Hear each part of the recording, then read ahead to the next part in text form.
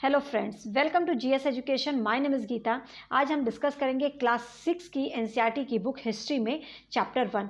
कल मैंने आप लोगों को बोला था कि अब जो है मैं ज्योग्राफी के साथ जो है एक और बुक पढ़ाऊंगी, वो है हिस्ट्री। इसका मेन कारण है कि सी टेट का एग्ज़ाम जो है अब नेक्स्ट मंथ से ही स्टार्ट होने वाला है। हम जानते हैं कि एग्ज़ाम ज़्यादा दूर नहीं है, तो मेरी पूरी कोशिश रहेगी कि आप लोगों को ज़्यादा से ज़्यादा चैप्टर कवर करवा सकूँ। अगर आप मेरे से साथ जुड़े हैं तो मैं अच्छी क्वालिटी में चीज़ें जो है आप लोगों को प्रोवाइड करवा सकूँ। आप लोगों ने देखा कि पेपर 1 के लिए जो है हम ईवीएस वाला पार्ट कंप्लीट कर चुके हैं। ईवीएस पेडागोजी भी मैं जल्दी ही स्टार्ट करूंगी, और उसके साथ ही मैं जो है साइकोलॉजी जो चल रहा है साइकोलॉजी के भी जो इम्पोर्टेंट टॉपिक हैं पहले मैं उनको कवर करवाऊंगी, जो पेपर 1 और पेपर 2 दोनों के लिए मतलब बेनिफिट रहेगा। और अभी जो है हम हिस्ट्री करेंगे। हिस्ट्री और ज्योग्राफी जो है पेपर 2 के लिए, सोशल साइंस हमारी स्टार्ट हो ही चुकी है। तो आप लोगों से रिक्वेस्ट है कि प्लीज़ अपने नोट्स प्रिपेयर करते रहिएगा, क्योंकि नोट्स प्रिपेयर नहीं करेंगे तो एग्ज़ाम के एंड में जो है आपको रिवीजन में जो है प्रॉब्लम आएगी। तो यहाँ पे जो है चीज़ें हम देखेंगे, क्योंकि आजकल चीज़ें जो है स्टेटमेंट में पूछा जाता है, इसलिए ज़रूरी है कि आप चीज़ों को ध्यान से पढ़ें। यहाँ पे मैं पूरा मेरा हैंड रिटन नोट्स है, और साथ में मैं आप लोगों के मैप के थ्रू, आप लोगों को क्वेश्चन के थ्रू चीज़ों को क्लियर करने की कोशिश करूँगी, ताकि आप लोगों को जो है प्रॉब्लम ना आए और ये चैप्टर जो है जल्द से जल्द हम कंप्लीट कर सकें। ठीक है, तो चलिए स्टार्ट करते हैं। हम देख ही रहे हैं कि ये क्या है, हमारा जो है 6 क्लास की हिस्ट्री है, और इस चैप्टर में जो सबसे इम्पॉर्टेंट जो चीज़ बताई गई है, इसमें जो है आपको चैप्टर नेम से पहले समझ लीजिए, थोड़ा सा इन शॉर्ट समझिए, क्या, कब, कहाँ और कैसे। कहने का मतलब है कोई भी घटना, हिस्ट्री है तो कोई घटना के बारे में हम पढ़ेंगे। कोई भी घटना हुई तो कब हुई, कहाँ हुई और कैसे हुई। जैसे कि अगर लोगों की बात करें तो लोग पहले क्या खाते थे, कहाँ रहते थे, कैसे कपड़े पहनते थे, इन सब चीज़ों के बारे में जानकारी हमें मिलेगी। तो इस चैप्टर में जो सबसे इम्पॉर्टेंट जो बात की गई है, सबसे पहली बात हम टू द पॉइंट्स में पढ़ेंगे। ठीक है, तो सबसे पहली बात जो की गई है वो कुशल संग्राहक के बारे में। कुशल संग्राहक किनको बोला जाता है? मतलब ये वो लोग जो आखेटक होते थे। आखेटक मतलब कि कौन? जो शिकार करते थे। क्या करते थे? शिकार करते थे।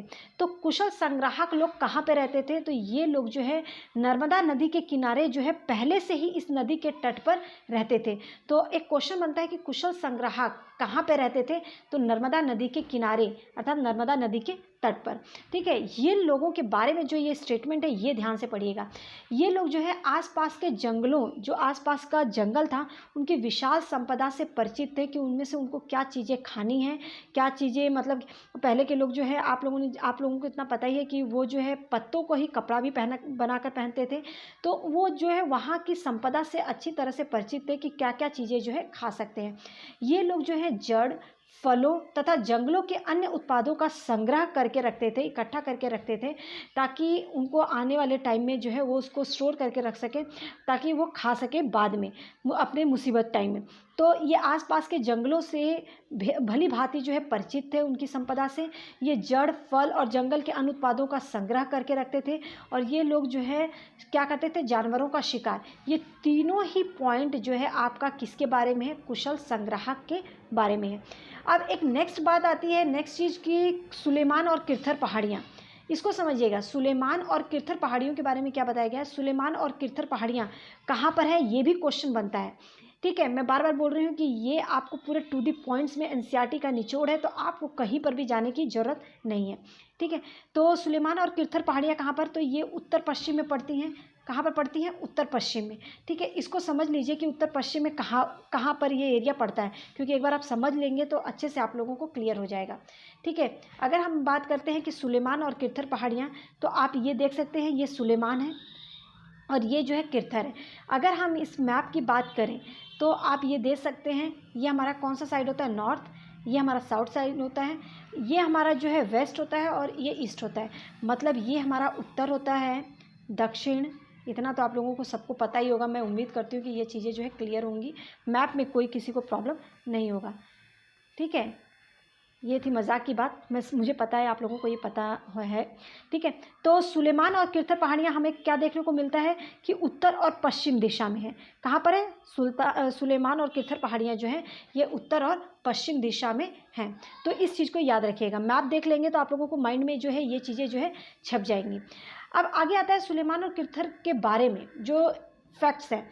ठीक है, इस क्षेत्र में जो है 8,000 वर्ष पूर्व स्त्री पुरुषों ने सबसे पहले गेहूं और जौ जैसी फसल उगाई थी।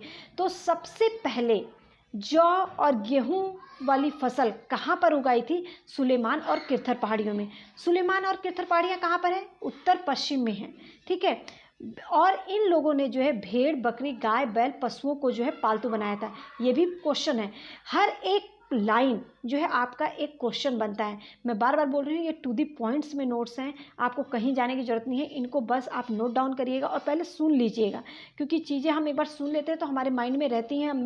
मैप वेब देख लेते हैं, मैप वगैरह, या हम क्वेश्चंस देख लेते हैं तो वो हमारे माइंड में छप जाता है। और आज के टाइम में जो है कंसंट्रेशन के साथ पढ़ना बहुत ज़रूरी है।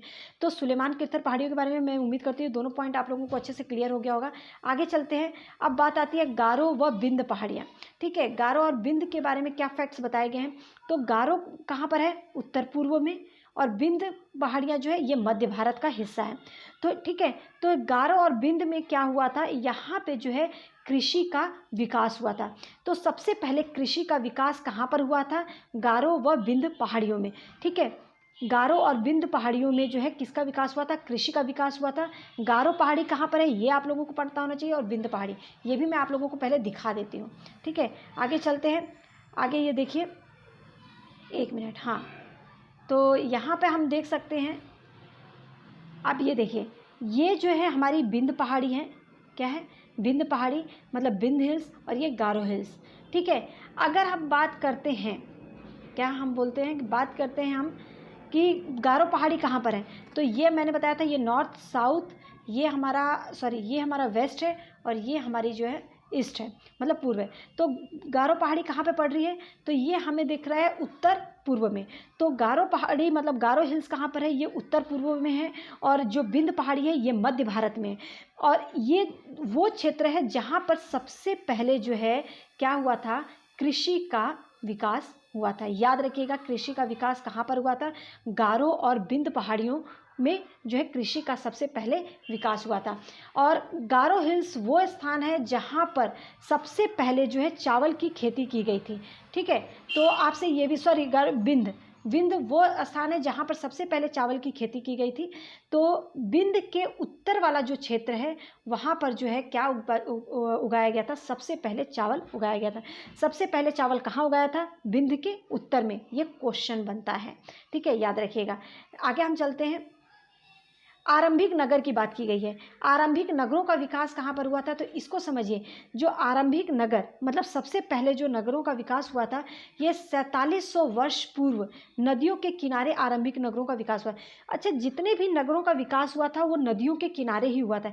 इसका मेन कारण क्या था? कि वहाँ पर उनको जो है पानी वगैरह बहुत आसानी से मिल जाता था, इसीलिए वो जो है वहाँ पर ही बस जाते थे, ठीक है।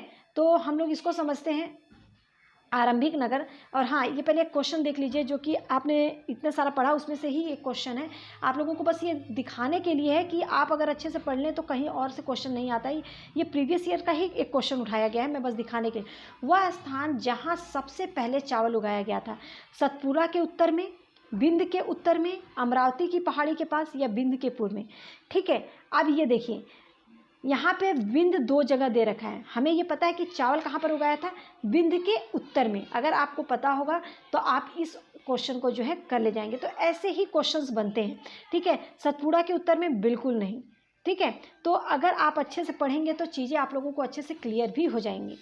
अब यहाँ पे देखते हैं, और ये भी देख लीजिएगा बिंद पहाड़ी कहाँ पर है। तो हमें ये पता है कि बिंद जो है कहाँ पर है? ये मध्य भारत में। और बिंद के उत्तर में जो है सबसे पहले क्या उगाया गया था? चावल। क्या उगाया गया था? चावल। याद रखिएगा, बिंद पहाड़ी और गारो पहाड़ी वो स्थान है जहाँ पर कृषि का सबसे पहले विकास हुआ था। कृषि का विकास, और चावल सबसे पहले कहाँ पर उगाया गया था? तो बिंद के उत्तर में। क्लियर? अब आगे चलते हैं। आगे क्या बताया गया है? आरंभिक नगर हम पढ़ रहे थे। आरंभिक नगर के बारे में समझ लीजिए कि आरंभिक नगर जो है सबसे पहले 4700 वर्ष पूर्व जो है नगरों का जो विकास हुआ था वो नदियों के किनारे हुआ था, ठीक है। अब आती है बात गंगा। गंगा व इसकी सहायक नदियों के किनारे समुद्र तटवर्ती इलाकों में जो है नगरों का विकास हुआ था। तो नगरों का विकास जो है कब हुआ था? पहले तो आप लोगों को अगर पूछा जाए कि आरंभिक नगर का विकास कब हुआ था, तो 4700 वर्ष पूर्व हुआ था, ठीक है, नदियों के किनारे। लेकिन अगर पूछा गंगा और उसकी सहायक नदियों का विकास कब हुआ था, तो ये 2500 वर्ष पूर्व हुआ था। नगरों का विकास जो है ये कब हुआ था, 2500 वर्ष पूर्व। तो दोनों चीज़ों को याद रखिए। आरंभिक नगर पूछे वो अलग है, और अगर गंगा नदी के बारे में बात करें कि गंगा और इसकी सहायक नदियों का विकास, नदियों के किनारे जो है समुद्र के तटवर्ती इलाकों में आरंभिक नगरों का विकास कब हुआ था, तो ये है 2500 वर्ष पूर्व। गंगा व इसकी सहायक नदियों के किनारे समुद्र तटवर्ती इलाकों में नगरों का विकास 2500 वर्ष पूर्व हुआ था, और सबसे पहले 4700 वर्ष पूर्व जो है आरंभिक नगर नदियों किनारे बसना शुरू हो गए थे। ये दोनों चीज़ें आपको लोगों को क्लियर हो गई होंगी। गंगा के दक्षिण में नदी के आसपास का जो क्षेत्र है प्राचीन काल में मगध के नाम से जाना जाता है। इस चीज़ को समझिएगा, मैप में देख लीजिए, आपको याद रहेगा। ठीक है, क्या बोला है, गंगा के दक्षिण में नदी के आसपास का जो क्षेत्र है वो क्या था, नदी के आसपास वाला जो क्षेत्र है वो मगध के नाम से जाना जाता है। किसके नाम से, मगध के नाम से। तो इसको समझिएगा। ये देखिए, ये गंगा नदी है, ये आप लोगों को दिख रहा होगा, ये गंगा नदी है। इसका जो दक्षिण वाला जो क्षेत्र है यहाँ पे जो है, ये जो एरिया है ये किस नाम से, मगध के नाम से जाना जाता है। ठीक है, तो उम्मीद करती हूँ कि ये चीज़ आपको गंगा नदी के और उसकी सहायक नदियों के बारे में, मतलब सबसे मेनली जो है आरंभिक नगर के बारे में बातें क्लियर हो गई होंगी। ठीक है, उपमहाद्वीप के एक हिस्से से दूसरे हिस्से की यात्रा, अभी समझिए। हाँ, तो क्या हम बता रहे थे कि, एक मिनट कहाँ गया, हाँ समझिएगा, गंगा के दक्षिण में जो है नदी के आसपास वाला जो क्षेत्र है वो किस नाम से जाना जाता है, तो मगध। ये भी क्वेश्चन बनता है कि गंगा के दक्षिण वाला क्षेत्र किस नाम से जाना जाता था, तो ये है आपका मगध के नाम से। ठीक है, तो दो क्वेश्चन बहुत ही इंपॉर्टेंट है कि आरंभिक नगरों का विकास, गंगा और उसकी सहायक नदियों के किनारे आरंभिक नगरों का विकास कब हुआ था, 2500 वर्ष पूर्व हुआ था। और गंगा उसकी सहायक नदियों के किनारे जो है किसका विकास हुआ था, नगरों का विकास हुआ था। क्लियर हो गया होगा। आगे चलते हैं। उपमहाद्वीप के एक हिस्से से दूसरे हिस्से की यात्रा की बात की गई है। तो अब यहाँ पे समझिएगा कि लोग जो है एक हिस्से से दूसरे हिस्से की ओर क्यों जाया करते थे, तो उनका मेन कारण था वो काम की तलाश के लिए जाते थे, अपने काम की वजह से जाते थे। दूसरी बात, प्राकृतिक आपदाओं के कारण, मतलब उनका जाने का कारण क्या होता था, अपने काम की तलाश की वजह से जाते थे, और या तो कोई प्राकृतिक आपदा जैसे भूकंप, बाढ़, ऐसा कुछ हो जाता था, तब उनको एक जगह से दूसरी जगह पलायन करना पड़ता था। सेनाएं दूसरे क्षेत्रों में जो है विजय हासिल करने के लिए एक जगह से दूसरी जगह जाती थी, ताकि उस क्षेत्र पर जो है वो क्या कर सके, कब्जा कर सकें। ठीक है, और व्यापारी कभी कभी काफिले में तो कभी कभी जहाज़ों में अपने साथ मूल्यवान वस्तुओं को लेकर एक स्थान से दूसरे स्थान को जाते थे। इसका मेन कारण था क्योंकि वो जो है जाने का जो ये 3 रीज़न है, ये तो याद रखिएगा, काम की तलाश के कारण, प्राकृतिक आपदा के कारण, और सेनाएं जो है दूसरे जगहों पे अपना, मतलब अपने क्षेत्र का विस्तार करने के लिए, मतलब वो विजय हासिल करने के लिए वहाँ पे दूसरे स्थान पे जाया करती थी। अब तीसरी, व्यापारी जो होते थे वो अपना सब सामान, जितनी भी मूल्यवान चीज़ें होती थी उनको लेकर जो है निकलते थे।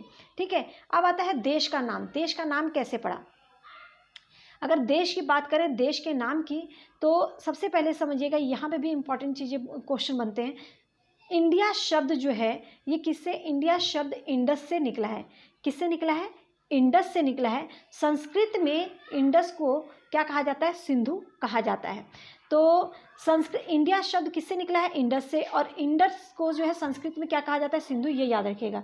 2500 वर्ष पूर्व उत्तर पश्चिम की ओर, मतलब जो है ये वाला एरिया जो है उत्तर पश्चिम की ओर से आने वाले ईरानियों व यूनानियों ने सिंधु को हिंदोस तथा इंदोस का नाम दिया। मतलब उत्तर पश्चिम की ओर से आने वाले जो ईरानी थे और यूनानी थे, उन्होंने सिंधु को, क्योंकि सिंधु यहीं पर है कहीं, सिंधु को जो है, इस क्षेत्र को जो है उन्होंने हिंदोस और इंदोस का नाम दिया। तो याद रखिएगा, हिंदोस नाम जो है ईरानियों ने दिया था, यूनानियों ने जो है इंदोस नाम दिया था। ये आपको याद रखना है। ठीक है, ईरानियों की बात आई तो इंदोस नहीं आएगा, यूनानियों ने इंदोस दिया था और ईरानियों ने क्या दिया था, हिंदोस। और ये 2500 वर्ष पूर्व किसको ये नाम दिया गया था, सिंधु नदी को, सॉरी सिंधु वाले क्षेत्र को। ठीक है, उत्तर पश्चिम की ओर से जो ईरानी और यूनानी आए थे, उन्होंने जो है 2500 वर्ष पूर्व सिंधु को, मतलब इंडिया को जो है इंदोस और हिंदोस नाम दिया था। आगे चलते हैं। सिंधु के पूर्व में, अगर हम सिंधु के पूर्व में जाते हैं तो सिंधु के पूर्व में स्थित भूमि प्रदेश को क्या कहा गया? इंडिया। अब यहाँ पे मैं मैप लूंगी, ठीक है।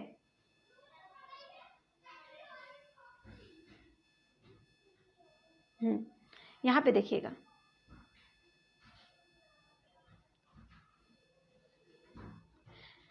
अब मैंने क्या बोला था, दो चीज़ मैंने समझाई थी कि जो उत्तर पश्चिम से लोग आए, जो लोग उत्तर पश्चिम से आए वो सिंधु 2500 वर्ष पहले सिंधु जो है, सिंधु वाले क्षेत्र को उन्होंने क्या नाम दिया था? तो उन्होंने कहा था, उन्होंने जो है, जो उत्तर पश्चिम से ईरानी आए थे, ईरानी और यूनानी, उन्होंने हिंदोस और इंदोस नाम दिया था सिंधु वाले क्षेत्र को 2500 वर्ष पूर्व। लेकिन जो सिंधु के पूर्व का क्षेत्र है, ये वाला जो क्षेत्र है, इस क्षेत्र को जो है क्या कहा गया? इंडिया कहा गया। क्या कहा गया? इंडिया कहा गया सिंधु के पूर्व वाले क्षेत्र को, याद रखिएगा। आगे चलते हैं। मैप दिखाने का आप लोगों को इतनी चीज़ें क्लियर होंगी, उत्तर पूर्व क्या है, मेरे मैप दिखाने का यही रीज़न है कि चीज़ें आपके माइंड में छप जाएं, ठीक है। तो चलिए, सिंधु के पूर्व में स्थित जो भूमि है उसको क्या कहा गया? इंडिया कहा गया। अब आगे चलते हैं, आगे देखते हैं। आगे भारत नाम का प्रयोग जो है किसके लिए किया गया था? तो ये उत्तर पश्चिम वाले क्षेत्र के लिए किया गया था। उत्तर पश्चिम वाला जो क्षेत्र है, मतलब उत्तर पश्चिम में जो रहने वाले लोग थे उनके लिए जो है भारत नाम का प्रयोग किया गया था। ये भी क्वेश्चन बनता है कि उत्तर पश्चिम में रहने वाले लोगों के लिए किस शब्द का प्रयोग किया गया था, ठीक है। इसका उल्लेख जो है हमें कहाँ पे मिलता है? तो संस्कृत की आरंभिक कृति ऋग्वेद में मिलती है। भारत नाम का जो प्रयोग किया गया था उत्तर पश्चिम क्षेत्र के लिए, इसका उल्लेख हमें कहाँ पे मिलता है? संस्कृत में। संस्कृत की कृति कौन सी? ऋग्वेद में देखने को मिलता है। अब बात करते हैं अतीत के बारे में, बात करते हैं पांडुलिपि।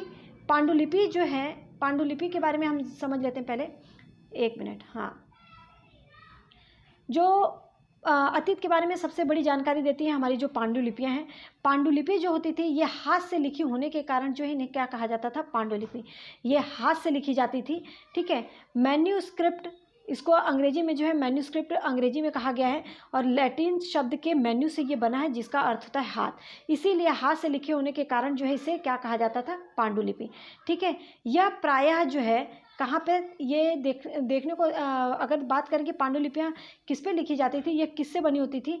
यह प्रायः जो है ताड़पत्रों, हिमालय क्षेत्र में उगने वाले भूर्ज नामक जो है पेड़ की छाल पर तैयार की जाती थी। जो पांडुलिपि लिखी जाती थी ये कहाँ पे? ताड़पत्रों, ये हिमालय के क्षेत्र में जो उगने वाला एक भूर्ज, एक पेड़ है, उसकी छाल पर जो है इसे लिखा जाता था। पांडुलिपि कैसे होती है ये भी मैं दिखाऊंगी, ठीक है। ये पांडुलिपियाँ जो है कहाँ पे मिलती हैं? मंदिरों में, बिहारों से हमें प्राप्त हुई हैं, ठीक है।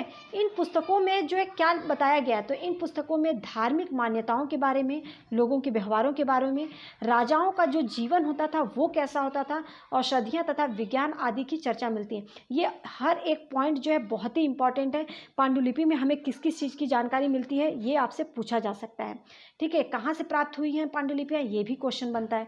तो हर पॉइंट जो है आपका बहुत ही इंपॉर्टेंट है। आगे चलते हैं। अब ये देखिएगा, संस्कृत भाषा के साथ साथ जो है प्राकृत और तमिल में भी लिखे मिलते हैं को क्या? पांडुलिपि। पांडुलिपि जो है संस्कृत के साथ साथ जो है ये हमें तमिल में भी मिलती हैं और प्राकृतिक भाषा में भी देखने को मिलती हैं। आगे चलते हैं। ये देखो, ये जो है इसी को बोला जाता है पांडुलिपि, जो कि हिमालय में उगने वाले जो भूर्ज नामक एक पेड़ है जिसकी छाल पर जो है इसे तैयार किया जाता था। आगे चलते हैं, अभिलेख के बारे में समझते हैं। अभिलेख आप लोगों ने बहुत सुना होगा, अशोका का अभिलेख, ठीक है। इनके बारे में समझ लेते हैं और इसके पॉइंट्स याद रखिएगा जो इसके फैक्ट्स हैं। तो अभिलेख जो है, ये लेख, अभिलेख जो होता था ये पत्थर तथा धातु जैसी अपेक्षाकृत कठोर सतहों पर उत्कीर्ण किया जाता था, मतलब उतारा जाता था, लिखा जाता था। जो अभिलेख होता था, हमें जो स्रोत हैं, एक पांडुलिपि है, दूसरा अभिलेख है, सिक्के हैं, बहुत सारी चीज़ें ऐसी हैं, हम सबके बारे में पढ़ेंगे। पहला पांडुलिपि के बारे में पढ़ा जो कि अंग्रेजी के मैन्यूस्क्रिप्ट से बना है और लैटिन भाषा के मेन्यू से निकला ये शब्द है, और हाथ से, उसका मतलब होता है हाथ, इसी से हाथ से लिखे जाने के कारण जो है इसे क्या कहा जाता है? पांडुलिपि कहा जाता है। किस पे लिखी जाती थी ये भी आप लोगों को पता चल गया, ठीक है। कहाँ से मिलती है ये भी पता चल गया, और पांडुलिपियों में क्या बताया गया है ये भी। हर एक पॉइंट बहुत इंपॉर्टेंट है, बार बार मैं रिपीट कर रही हूँ, इसको आप समझिए क्योंकि ये इससे क्वेश्चंस बने हैं इसीलिए। अभिलेख अभिलेख जो है ये अभिलेख जो होता था पत्थर पे, धातु पे या कठोर जो सतह होती थी उन पे जो है इसको लिखा जाता था। शासक व अन्य लोग अपने आदेशों को जो है इस पे लिखवाया करते थे, उत्कीर्ण करवाया करते थे। जो शासक होते थे, जो राजा महाराजा होते थे, वो अपने आदेश जो है इस पे लिखवाते थे। ठीक है। शासक लड़ाइयों में अर्जित विजयों को भी उनका लेखा जोखा रखने के लिए जो है इस पर क्या करते थे, वो लिखवाया करते थे। और ये 2200 वर्ष पुराना हमें अशोक का एक अभिलेख मिला है। अशोक का अभिलेख वर्तमान में कहाँ से मिला है? कंधार से प्राप्त हुआ है। कब? 2250 वर्ष पुराना है। लिपि जो अशोक का जो अभिलेख है ये किस लिपि में लिखी गई थी? लिपियों, अक्षरों व संकेतों से बनी है। मतलब जो अशोक का अभिलेख है ये लिपि, अक्षरों व संकेतों से बनी है और यूनानी तथा अरामेइक नामक 2 भिन्न भाषाओं में लिखी गई हैं। आपसे क्वेश्चन आता है कि अशोक का जो अभिलेख है वो किससे वो हुआ है? अशोक का अभिलेख जो है यूनानी और अरामेइक नामक 2 भिन्न भाषाओं में लिखी गई हैं। मतलब ये 2 लिपियां हैं, किसकी हैं? ये अशोक की। ठीक है, आगे चलते हैं। अतीत में बनी और प्रयोग में लाई, एक मिनट, पुरातत्वविद के बारे में बताया जा रहा है और बहुत इंपॉर्टेंट है। जो पुरातत्वविद थे, अतीत में बनी और प्रयोग में लाई जाने वाली वस्तुओं का अध्ययन करने वाला व्यक्ति। पुरातत्वविद कौन होते थे? तो ये नॉर्मल सी बात है कि जो अतीत में जो भी चीज़ें बनी होती थी उसका जो अध्ययन करता था वो पुरातत्वविद कहलाते हैं। ठीक है। ये पत्थर और ईंट से बनी इमारतों के अवशेषों, चित्र, मूर्तियाँ आदि का अध्ययन करते थे पुरातत्वविद। औजारों, हथियारों, बर्तनों, आभूषणों, सिक्कों की प्राप्ति के लिए जो है छानबीन व खुदाई की जाती थी और इसकी खुदाई के लिए जो इसका अध्ययन करते थे वो भी कौन होते थे? पुरातत्वविद। तो पुरातत्वविद का मेन काम था कि जो अतीत में जो चीज़ें बनी हुई हैं उनका वो अध्ययन करते थे। वो आपका पत्थर व ईंट पर लिखी हुई चीज़ें भी हो सकती थी या कोई औजार हो सकता था, बर्तन, आभूषण, इन सब चीज़ों का जो है वो क्या करते थे? अध्ययन करते थे पुरातत्वविद। ठीक है। ये जो है जानवरों, चिड़ियों व मछलियों की हड्डियों को भी ढूंढते थे क्योंकि उससे वो भी एक बहुत बड़ा सोर्स था। अशोक के अभिलेख जो है कौन सी भाषा में लिखे गए हैं? तो प्राकृतिक व पाली भाषा में। ये बहुत ही इंपॉर्टेंट क्वेश्चन है। प्राकृतिक व पाली भाषा में जो है, और लिपि जो इनकी थी वो ब्राह्मी और खरोष्टी, ये दोनों ही चीज़ बहुत इंपॉर्टेंट है। अशोक के अभिलेख प्राकृतिक व पाली भाषा में लिखे गए हैं और जो लिपि थी वो ब्राह्मी और खरोष्टी। और जो हमें 2 लिपियों में मिला है अरामाइक, और हमने क्या पढ़ा था? एक मिनट, एक चीज़ मैंने बताई थी, इस चीज़ को याद रखिएगा, मैं यहाँ पे बताना भूल गई। हाँ, अशोक का जो अभिलेख है वर्तमान में कंधार से जो प्राप्त हुआ है वो यूनानी तथा अरामेइक नामक 2 भिन्न लिपियाँ भाषाओं में लिखी गई थी। जो कंधार में जो लिपि मिली थी वो यूनानी और अरामेइक नामक 2 भिन्न भाषाओं में लिखी गई है। ठीक है, आगे चलते हैं। ये जो है इस तरीके के अभिलेख जो है ये पत्थर पे बना, मतलब इस तरीके से उत्कीर्ण करवाया जाता था, आप ये देख सकते हैं। ठीक है, आगे चलते हैं।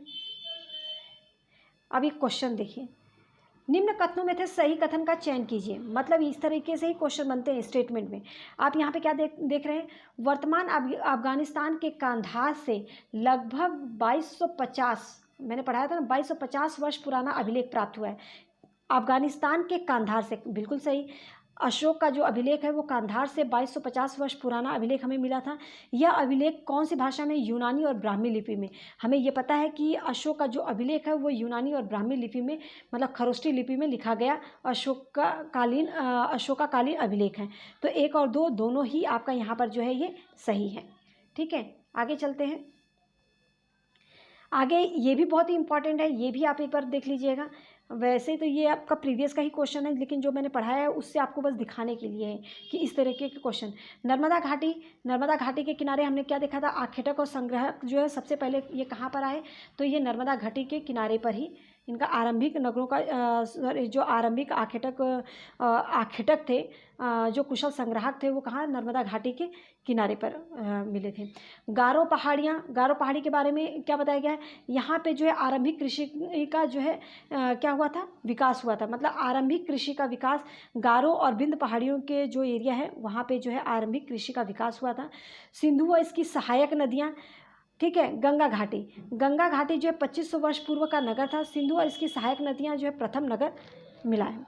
तो इस हिसाब से हमारा कौन सा ऑप्शन सही होता है? यहाँ पे ऑप्शन दे रखे हैं, तो ऑप्शन जो है यहाँ पे हमारा कौन सा सही होगा? सी जो है सही होगा। ठीक है, आगे चलते हैं। इतिहास के स्रोत हमने पढ़ लिया, पुरातात्विक और साहित्यिक स्रोत, ठीक है, दो होते हैं, एक पुरातात्विक होता है, साहित्यिक स्रोत। अभिलेख के बारे में मैंने बता ही दिया, अशोक के अभिलेख के बारे में, कि अभिलेख पर जो है लोग अपने राजा महाराजा जो अपने आदेश उत्कीर्ण करवाते थे। अभिलेख क्या होता है, ये पत्थरों पर उत्कीर्ण करवाया जाता था या कोई कठोर सतह पर, ठीक है। इसी तरह से प्रशस्ति, जो राजा महाराजा थे वो अपनी प्रशंसा में जो है, जो दरबारी कवि होते थे उनकी प्रशंसा में जो उनके बारे में लिखते थे, उनके बारे में जो चीज़ें लिखी जाती थी उसे जो है क्या कहा जाता था, प्रशस्ति। पांडुलिपि हमने देख लिया, पांडुलिपि जो है वो अंग्रेजी के मैन्यूस्क्रिप्ट से बना है, और ये जो है लैटिन भाषा के मेन्यू से निकला, और मेन्यू का क्या अर्थ होता है, हाथ। और यहाँ पर जो है मेन्यू का अर्थ हाथ होता है, मतलब हाथ से लिखी जाने के कारण जो है उसे क्या कहा जाता था, पांडुलिपि। और पांडुलिपियाँ कहाँ पर लिखी जाती थी, तो ये भुर्ज नामक एक पेड़ था, पेड़ के छाल पर, कहाँ पर, पेड़ के छाल पर जो है ये लिपियाँ जो है लिखी जाती थी। सिक्कों के बारे में अध्ययन, स्मारकों से भी जो है हमें जो है क्या पता चलता है, ये इतिहास का एक स्रोत है, मतलब इनके बारे में, इनसे भी हमें इतिहास के बारे में पता चलता है। साहित्यिक स्रोत की बात करें तो धार्मिक और गैर धार्मिक पुस्तकें, वेद, उपनिषद और पुराण हैं, ठीक है। अब बात आती है इतिहासकार। इतिहासकार कौन होते थे, तो इतिहासकारों की बात करें तो ये अतीत का अध्ययन करते थे। इतिहासकार जो है वो अतीत का अध्ययन करने वाले लोग थे। अब तिथि की गणना, अब यहाँ पे तिथि की गणना कैसे की जाती है, अगर तिथि की गणना के बारे में बात करें तो देखिए, ये अगर मैं बताती हूँ कि ये जो है ईसा मसीह के जन्म का समय है, मान लो 2000 हम मान लेते हैं ईसा मसीह के जन्म का समय है, ठीक है। इसके आगे का जो समय है वो हमारा एडी होगा, ठीक है, एडी होगा, और ये जो है बीसी होगा, ठीक है, एनो डोमिनी, बिफोर क्राइस्ट, मतलब ईसा मसीह के जन्म से पहले का समय, ईसा मसीह के जन्म के बाद का समय। जो बाद का समय है, ये जो है बाद का जो समय है, तो उस जैसे कि अगर हम 2020 कहते हैं, 2020 तो 2020 के कहने का मतलब है ईसा मसीह के जन्म के बाद का समय। 2000 तो आ ही गया, 2020 यहाँ पे हो रहा है, तो ईसा मसीह के जन्म के बाद का समय। अगर यही 3500 वर्ष पूर्व की बात करते हैं, 3500 वर्ष पूर्व मतलब 2000 और 35, इसमें से हम 2000 माइनस कर देंगे तो ये 1500 आ जाता है, मतलब 1500 वर्ष पहले की बात। 3500 वर्ष पूर्व मतलब ईसा मसीह के जन्म के पहले का समय, समझ रहे हैं। जहाँ पे पूर्व लगा होगा तो वो बिफोर क्राइस्ट मतलब ईसा मसीह के जन्म के पहले का समय है, और अगर बस सिर्फ आपका जैसे 2020 2016 इस तरीके से होगा तो वो एनो डोमिनी मतलब कि ईसा मसीह के जन्म के बाद का समय। ये अच्छे से क्लियर हो गया होगा। अब जो इसके अंदर मेन क्वेश्चन पूछा जाता है वो समझ लीजिए। ईसा मसीह के जन्म से तिथि की जो है गणना ईसा मसीह के जन्म से की जाती है। 2 वर्ष से तात्पर्य है ईसा मसीह के जन्म का जन्म जब हुआ था, मतलब 2000 वर्ष के बाद से है। जन्म के पूर्व की तिथि जो है ईसा पूर्व लिखा जाता है, मतलब बिफोर क्राइस्ट के रूप में जाना जाता है, ठीक है। अब यहाँ पे बीसी का मतलब क्या होता है, बीसी का मतलब जो होता है ये बिफोर क्राइस्ट होता है, ठीक है। एडी का मतलब एनो डोमिनी, फुल फॉर्म पता होना चाहिए। सीई कॉमन एरा को बोला जाता है, बीसीई बिफोर कॉमन एरा। उम्मीद करती हूँ कि ये सब चीज़ें जो है आपको अच्छे से क्लियर हो गई होंगी। कई चीज़ें जो है मैं बीच में कई बार रिपीट की हूँ, उसका मेन रीज़न रहा है कि इससे क्वेश्चंस बनते हैं। तो आप लोगों को जो है बहुत ही अच्छे से पढ़ना है, इसको पूरा टू दी पॉइंट्स में, आपको कहीं पर भटकने की ज़रूरत नहीं है। ये एनसीईआरटी का पूरा निचोड़ है, इसके अलावा आपका कहीं से भी नहीं आएगा। तो इसको जो है अच्छे से आप पढ़िए, इसके नोट्स बनाइए, और वीडियो 1-2 बार देख लेंगे तो चीज़ें जो है आप लोगों को क्लियर हो गई होंगी, ठीक है, क्लियर हो जाएंगी। तो उम्मीद करती हूँ कि आपको चीज़ें जो है समझ में आई होंगी। अगर कोई आपको डाउट हो तो कमेंट सेक्शन में पूछकर आप डाउट क्लियर कर सकते हैं। वीडियो पसंद आए तो हिट लाइक बटन और लोगों के साथ शेयर कीजिएगा ताकि आपके साथ और लोगों को भी हेल्प मिल सके, ठीक है। तो चलिए, आपका यहाँ पे चैप्टर ये कंप्लीट होता है।